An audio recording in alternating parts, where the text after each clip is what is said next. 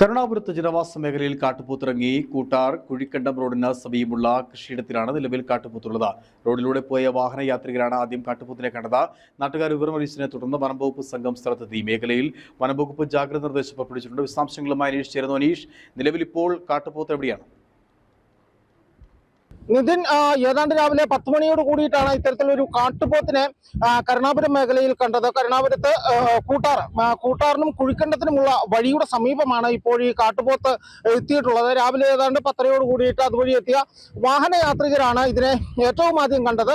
ഇതിനുശേഷം ഇവര് നാട്ടുകാരെയൊക്കെ വിവരമറിയിക്കുകയായിരുന്നു. നാട്ടുകാരെത്തി ആദ്യ റൗണ്ട് ഒരു തെരച്ചിലൊക്കെ നടത്തിയെങ്കിലും കാട്ടുപോത്തിനെ കണ്ടെത്തുവാൻ വേണ്ടി സാധിച്ചില്ല.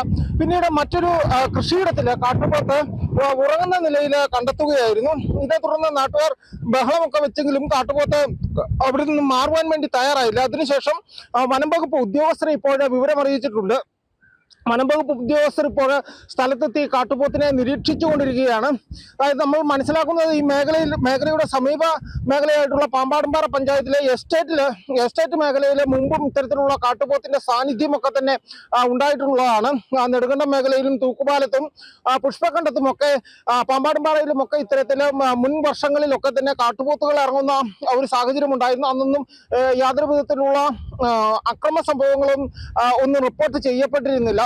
എന്നാൽ ഇപ്പോൾ ഇത് എത്തിയിരിക്കുന്നത് ജനവാസ മേഖലയിലാണ് എന്നുള്ളതാണ് ഏറ്റവും വലിയ പ്രതിസന്ധിയായിട്ട് ഇപ്പോൾ തുടരുന്നത്. ഇതിനാൽ തന്നെ വനംവകുപ്പ് അതീവ ജാഗ്രതാ നിർദ്ദേശം മേഖലയിൽ പുറപ്പെടുവിച്ചിട്ടുണ്ട്.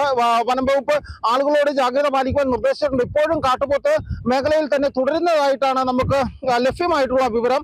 എന്താണെങ്കിലും വനംവകുപ്പ് ഉദ്യോഗസ്ഥർ കാട്ടുപോത്തിനെ നിരീക്ഷിച്ചു വരികയാണ്.